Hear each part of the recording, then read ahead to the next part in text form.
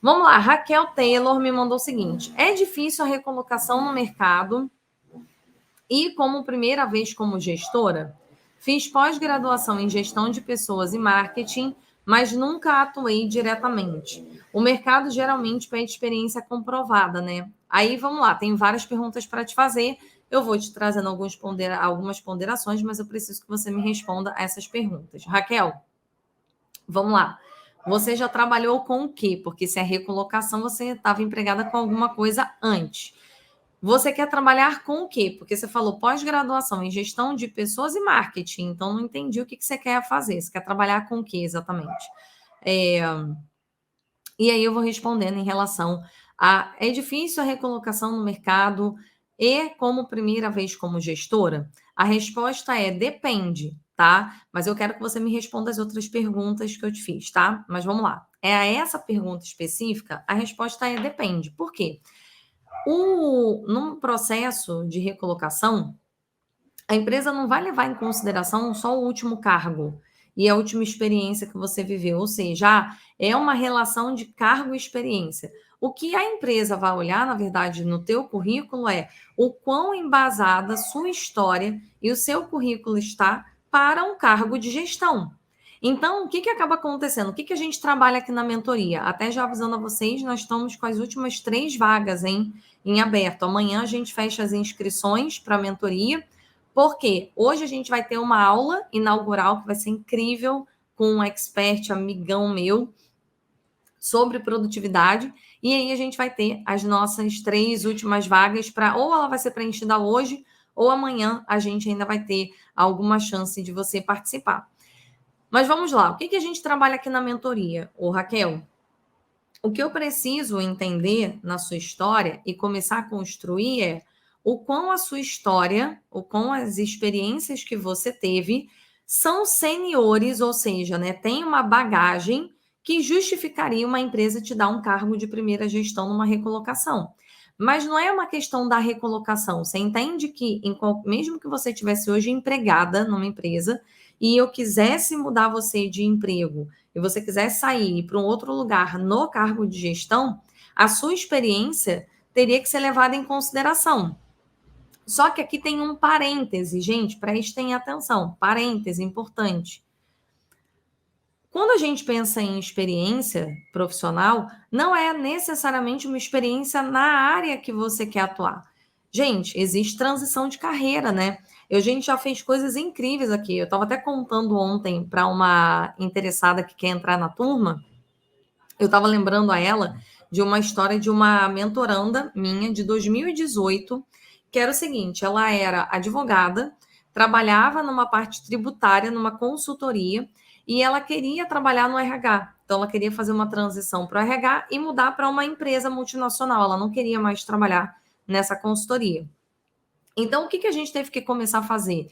Associações da história dela, da trajetória dela, que fossem benéficas para o RH. Então, vou trazer para vocês uma informação importante, por exemplo, que a gente acabou fazendo. Ela trabalhava com tributo. Dentro da área de recursos humanos, a área que mais precisa entender de tributos é a área de remuneração, que a área de remuneração paga salário, paga benefício, então as tributações de expatriado, por exemplo. Então, essas contas de tributos, elas podem beneficiar a empresa em gerar economia. Então, o que a gente foi desenhando no currículo dela, e não só no currículo, tá, Raquel? É no currículo, é no posicionamento, é na entrevista, é no networking que ela faz, é todo um direcionamento. Para quê? Para que a empresa olhasse para o currículo dela e falasse: nossa, como a gente vai se beneficiar trazendo uma advogada que entende de tributação para trabalhar aqui no RH. Então, esse foi o processo que a gente foi fazendo. Não é no estalar de dedos, tá, gente? Quando eu conto isso, eu fico sempre com a preocupação de parecer para vocês que, então é muito simples, eu vou olhar aqui o que eu quero e aí vou fazer. Não, isso tem uma análise. Ela não sabia que ela queria trabalhar com remuneração, a gente foi estudando o perfil dela. E à medida que a gente chegou a essa conclusão, o que acabou acontecendo? Ela pegou, conseguiu arrumar um emprego. Então, minto, ela não estava empregada, ela tinha pedido demissão. Ela tinha sofrido um assédio moral e ela pediu demissão do emprego, tá? Ela estava desempregada na época. ela tinha um cargo de especialista, então ela também não estava ainda no cargo de gestão, mas o que a gente fez foi exatamente construir essa roupagem, essa história e realmente trazer para ela esse conhecimento de que ela poderia sim agregar. Por quê? Porque quando a gente quer chegar num cargo de gestão, no cargo de gestão não importa o meu conhecimento técnico, o que importa é a minha capacidade de condução. E ela tinha essa capacidade de condução pela história que ela tinha, e ela tinha como diferencial, lembra a impressão digital corporativa, para quem já está me assistindo aqui há mais tempo, a impressão digital corporativa dela era justamente ela ter um conhecimento que muitos profissionais da área de remuneração não têm. Então, a empresa viu isso como um diferencial. É claro que ela foi preparada para posicionar isso como um diferencial, tá bom? Tem uma forma de fazer isso acontecer. E no momento que ela conseguiu se recolocar, ela entrou no cargo de coordenadora de remuneração. É claro que no início ela teve os desafios ali de aprender a parte técnica que ela não sabia, ela não tinha cursos em remuneração. Lembra que eu sempre falo para vocês que querem entupir o currículo de curso, achando que é isso que o RH vai levar em consideração, e não é. Ela não tinha curso, ela teve que aprender a fazer todos, entender tecnicamente os sistemas, os processos. Só que em 6 meses ela conseguiu gerar uma economia. Eu não vou lembrar aqui, gente, porque era 2018, né? Então já tem alguns anos que ela passou aqui pela mentoria. Mas ela conseguiu gerar uma economia muito grande, papo de milhões de reais em um ano. E a empresa ficou muito impressionada. Como a empresa ficou muito impressionada, o que a empresa fez? Foi lá e a promoveu. Ela pegou e recebeu uma primeira promoção, depois uma segunda, e ela está lá desde então. Isso já tem 4 anos e pouco. Ela continua nessa empresa, ela já subiu novas escadinhas, ela está agora como business partner, ou seja, existe um desenho que precisa ser feito, mas isso depende de uma estratégia, né? Se ela só pegasse o currículo dela como uma advogada tributária e tentasse mandar o currículo para o RH, ela nem teria sido chamada para uma entrevista, entendeu? Ivan, boa tarde, parabéns pelo conteúdo. Obrigada, Ivan. Seja bem-vindo. Ó, me manda sua pergunta aí também, hein? Rose, me mandou uma rosa. Obrigada, Rose. Ó, manda sua pergunta aqui para mim, para eu responder. Deixa eu continuar lendo aqui a Raquel para poder abrir aqui a outra pergunta que veio para mim pelo Instagram. Último trabalho como secretária executiva, mas fazia gestão e treinamento dos estagiários e fila no sistema da empresa. Não entendi o que é fila no sistema da empresa. Mas, Raquel, assim, teria que estudar, né? Se você era uma secretária executiva e isso vai aparecer no seu currículo, eu acho mais difícil você já se recolocar num cargo de gestão.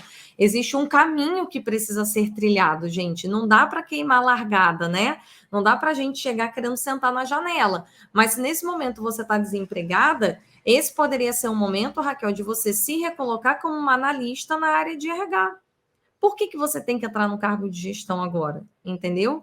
Você pode entrar como uma analista sênior, dependendo do nível de experiência que você tem. Se for uma experiência mais júnior, você vai entrar como júnior e você vai construir uma carreira na RH. E tá lindo, porque o RH paga mais do que secretária. Então, para você já é vantajoso, entendeu? Mas precisa saber desenhar isso de uma forma mais estratégica, que é exatamente o que a gente faz na mentoria com 8 semanas, né? Então a gente tem 9 semanas, gente, toda hora tô com 8 na cabeça. São 9 semanas de acompanhamento para a gente construir isso. Tem uma metodologia, né? Por isso que é mentoria. Não é conselho, porque conselho, se eu falasse aqui, não, super dá, eu estaria mentindo para você. Ou se eu falasse, nossa, super fácil, li aqui uma frase sua, já sei o que a gente tem que fazer. Eu sei o norte do que a gente tem que seguir, tá bom? Mas talvez dê, eu não sei. Pelo que eu estou lendo aqui, eu iria muito mais para entrar no RH. E você, de repente, para a área de treinamento do RH, que provavelmente já vai pagar muito mais do que o que você recebia como secretária. E construir uma carreira ali, tá bom? Cláudio, boa tarde. Rosa, boa tarde. Seja bem-vinda novamente. Raquel, entendido? Tá ok com você? Me responde aí. Enquanto isso, enquanto você continua mandando, ó, Levi sempre me ajudando, né, Levi? Mandando sua pergunta aqui no Insta, vamos lá. Levi colocou o seguinte: como colocar idiomas que sou fluente e não tenho certificado? Essa é uma excelente pergunta, né, Levi? Muita gente acaba tendo essa dúvida. Só para vocês entenderem, gente, Levi está quase fazendo uma dobradinha comigo. Levi, também super conhecedor dos assuntos, dos temas, e está sempre mandando pergunta para mim, para poder levantar as bolas aí para vocês, e isso é muito legal, porque me ajuda a trazer conteúdos que são interessantes para vocês. Então, Levi perguntou o seguinte: como colocar idiomas que sou fluente no currículo e não tenho certificado? Simplesmente colocando, tá? Deixa eu só dar um oi aqui, boa tarde, Camila, seja bem-vinda. Simplesmente colocando, gente. Então, qual é a pergunta aqui? Muita gente acha que os profissionais de RH ficam olhando quais são os certificados que vocês têm.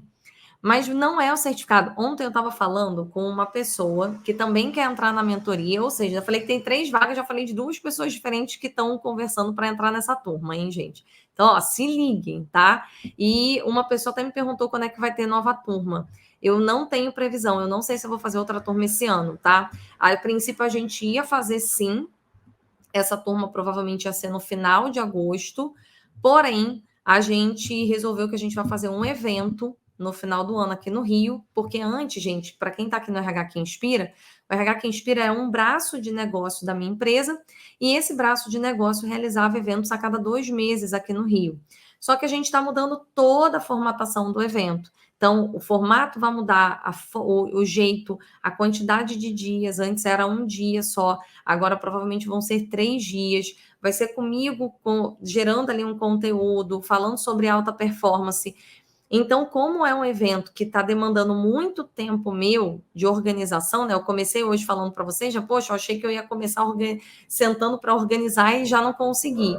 Então, hoje, quando eu abro uma turma de mentoria, eu realmente me dedico muito àquela turma, a garantir que a turma vai chegar em resultado. Toda semana a gente se encontra ao vivo, tem toda a metodologia gravada, as pessoas assistem, às vezes querem me fazer perguntas antes do encontro. A gente tem um grupo de WhatsApp onde as pessoas podem mandar as suas perguntas. Então, eu realmente dedico muito tempo e energia à turma.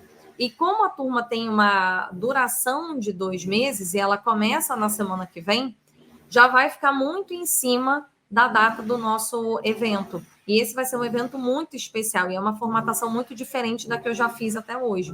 Então, isso realmente precisa de uma nova dedicação minha. Por isso, eu não sei se eu vou abrir outra turma esse ano. Pode ser que eu decida, que eu ache que dá para abrir, e pode ser que eu ache que não vai dar para abrir. Eu não sei. Então, se você hoje está na dúvida, me assistiu, está gostando do meu conteúdo, mas está inseguro, eu não sei se é para mim, eu não sei se eu vou ter dinheiro, eu não sei se eu tenho condição de pagar agora. A minha recomendação é que você me chame. Para quem está no YouTube, me siga lá no Instagram e a gente conversa no direct do Instagram. Para quem está no LinkedIn, precisa me adicionar, tá? Então, precisa me adicionar no perfil pessoal. E para quem está aqui no TikTok, também precisa ir para o Instagram. Para quê? Para que eu possa conversar com você e a gente avaliar se você realmente vai se beneficiar pela mentoria, porque se você não for se beneficiar, eu não vou querer vender para você a mentoria. E também garantir que você esteja nessa turma, uma vez que a gente não tem previsão de uma nova turma, tá bom? Mas vamos lá. Eu vou falar, então, o que eu estava falando ontem para essa pessoa que está interessada em entrar na turma. O que acontece, gente? Eu não sei em que momento isso aconteceu da nossa história, mas de alguma maneira foi vendido para as pessoas que o RH olha título. Que você ter títulos, diplomas de inglês que comprovem que você tem aquele idioma, vira uma chancela para você passar numa entrevista de emprego que te exige inglês. Ou que ter um certificado de pós-graduação vai fazer isso virar um diferencial no seu currículo. Gente, o diferencial é a sua capacidade de executar. É a sua capacidade de fazer o que você escreveu no papel se transformar em algo tangível. Então, vamos lá. Hoje, tá? Eu sou formada pela cultura inglesa em 2000 e bolinha, porque eu estava na época da escola ainda. Então, eu sou formada em inglês avançado em 2003, tá? 2003, ou seja, gente, 19 anos atrás eu me formei no inglês. Vamos pensar aqui, gente. Se eu não estiver usando o inglês, desde então, o meu inglês é fluente, como está escrito no diploma, ou o meu inglês é intermediário? Provavelmente o meu inglês é intermediário. Então, o que a empresa quer ver? Muitas vezes, por exemplo, eu trabalhei na Siemens e trabalhei 4 anos na Siemens. Desses 4 anos, eu fiquei 3 anos sem falar inglês. Por quê? Porque eu não interagia com ninguém lá de fora. Então, eu falava com todo mundo do Brasil. No último ano lá na empresa, foi que a gente começou a ter muita interface com a Alemanha, e eu vou até falar inglês. Depois eu peguei e fui para uma empresa brasileira, enorme, mas brasileira, eu não precisava falar inglês. Depois eu fui para uma multinacional americana, e que por conta do projeto que eu estava envolvida, eu precisava falar muito inglês. Então eu fiquei lá durante um tempo falando inglês todos os dias, praticamente. Depois eu saí de lá, fui para uma empresa brasileira e não precisava mais falar inglês de novo. Então, hoje eu não posso considerar o meu inglês, por exemplo, fluente. E nenhuma empresa pode considerar. Então, o que a empresa normalmente faz? Se ela precisa do inglês de verdade, ela vai chamar você para uma entrevista em inglês. Ou ela vai, no meio da entrevista, perguntar para você se você pode continuar a entrevista em inglês. Ou ela nem vai perguntar, ela simplesmente vai mudar a entrevista para inglês e você vai ter que continuar respondendo em inglês a partir dali. Porque a empresa não está nem aí se você tem diploma ou se você não tem. Você pode ter diploma da TOEFL, você pode ter diploma internacional. Se você não estiver usando o idioma, você não vai saber, você vai esquecer. E se você esquecer, você não é mais avançado, você não é mais fluente. Então, o RH sempre vai testar se aquilo ali realmente é o que você precisa. Porém, existe uma informação importante para passar para vocês. A empresa não exige, muitas vezes, que você saiba falar inglês ou ela tem algum nível de tolerância para isso. Muita atenção, porque tem uma galera que acha que para trabalhar em multinacional tem que ter inglês. Eu trabalhei em multinacional e estou falando aqui, trabalhava numa multinacional, fiquei 3 anos sem falar uma palavra em inglês com ninguém, porque eu não precisava. E muitas empresas conseguem entender que se ela precisa do inglês em algum momento da vida dela, mas você é o profissional que ela quer, ela vai trazer você para trabalhar na empresa. E ela vai ser tolerante com o fato de você não saber falar inglês. Cuidado com essas premissas de acharem que a empresa não vai chamar você porque você não tem inglês. Se você se mostrar com diferencial, se você mostrar que você é um profissional único, se você mostrar que você realmente vai agregar a empresa não vai querer correr o risco de perder você só porque você não fala inglês. É assim que funcionam as coisas, gente. Aqui a gente tem vários casos. Ai, a Lilian tá mentindo. Papinho, coisa que eu escuto no TikTok. Ai, papinho do coach motivacional. Não é papinho de coach motivacional, porra nenhuma. Eu não vou ficar aqui falando, dando a minha cara a tapa, literalmente, para inventar história. Mas a gente tem vários casos hoje de alunos nossos que não sabiam falar inglês e que entraram em multinacional, que a multinacional pagou o inglês, porque viu que seria importante em algum momento. Eu lembro uma vez, gente, eu fiz um processo, quando eu estava no mundo corporativo e ainda trabalhava como CLT, eu fiz um processo para ser a gerente de desenvolvimento da Jaguar Land Rover, tá? Aquele carro bonitão. Basicamente, o que estava acontecendo na Jaguar? Eles estavam construindo a fábrica deles aqui em Itatiaia, que agora já está pronta, né, gente? Isso tem anos. E eles precisavam de alguém para desenvolver a área de treinamento. Então, eles estavam recrutando para essa vaga gerencial. E aí eu lembro que na etapa, porque eu fui avançando nas etapas, e aí teve uma etapa que veio o diretor de RH de Londres fazer uma entrevista com os candidatos que estavam ali à beira, né, de fechar, para ele escolher com quem ele iria seguir com aquela vaga. E eu lembro dessa entrevista, eu tinha inglês e eu estava usando muito, porque eu trabalhava numa multinacional. Mas na época falaram, a entrevista vai estar lá, vai ser um diretor de Londres, a entrevista é em inglês, mas fica tranquila, se você não tiver com inglês fluente, isso não é um problema. Beleza. E aí eu fui. Assim que eu cheguei nessa entrevista, uma pessoa que estava junto com ele, que ia ser a diretora Brasil, pegou e falou para mim, olha, Lilian, fica bem confortável, se você não se sentir confortável para falar alguma coisa em inglês, você me fala e eu faço a tradução. Entendem? Por quê? Mas por que que isso aconteceu, gente? Por que que ela falou para mim que eu podia pegar e falar para ela que ela traduziria? Porque eles tinham gostado do meu perfil e eles queriam que eu seguisse com a vaga. Então, para eles, mais importante do que falar inglês era a capacidade que eu tinha de fazer a coisa acontecer.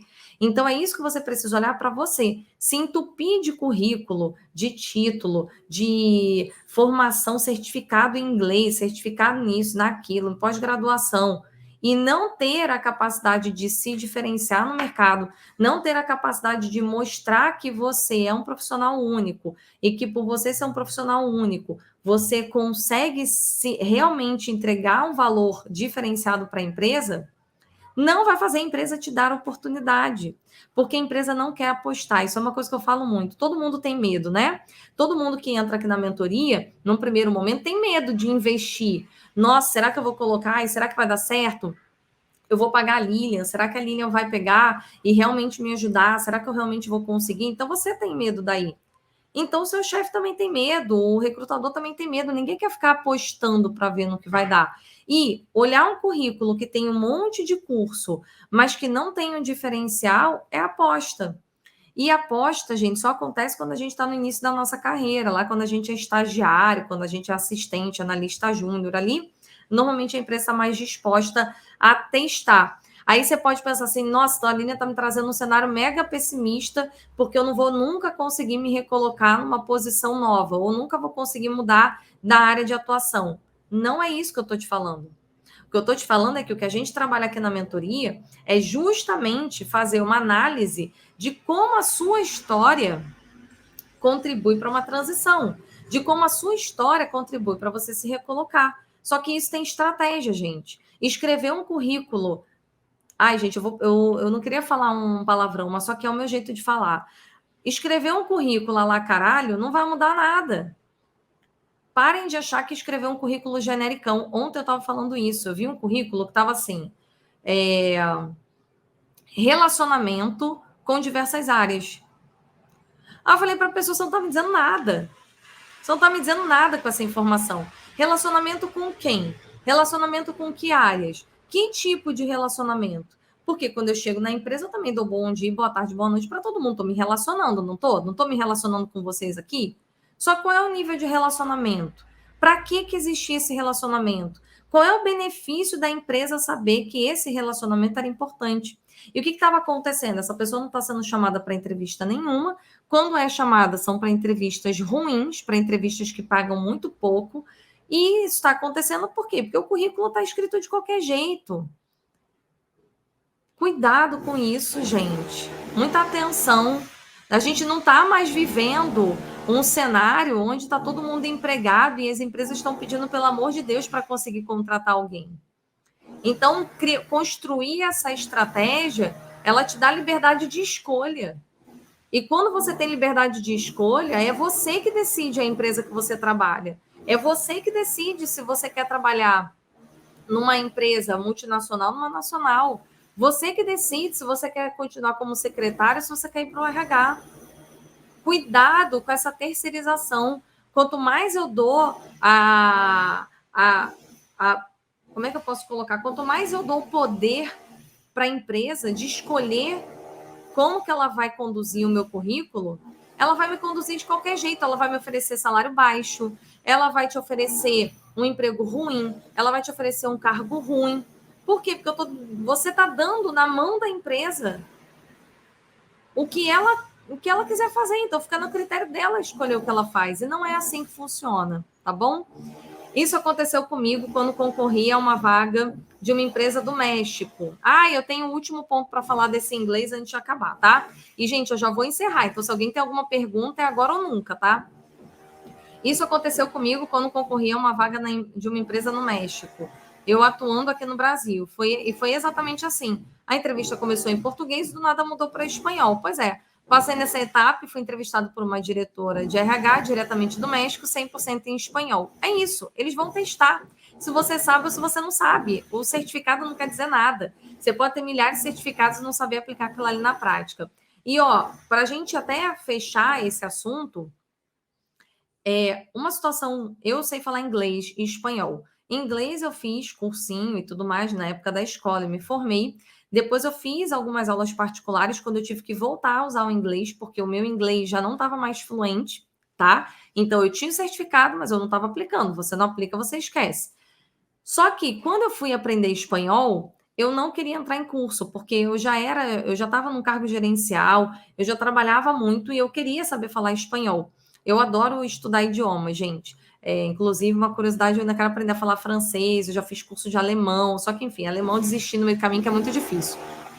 Mas o espanhol, o que aconteceu? Eu queria usar, eu queria aprender a falar espanhol, só que eu não queria fazer curso. O curso ia me tomar muito tempo e eu não queria que me tomasse muito tempo. Então, gente, eu não tenho nenhum diploma de espanhol, nenhum, zero. Eu não fiz nenhuma prova depois para testar esse conhecimento.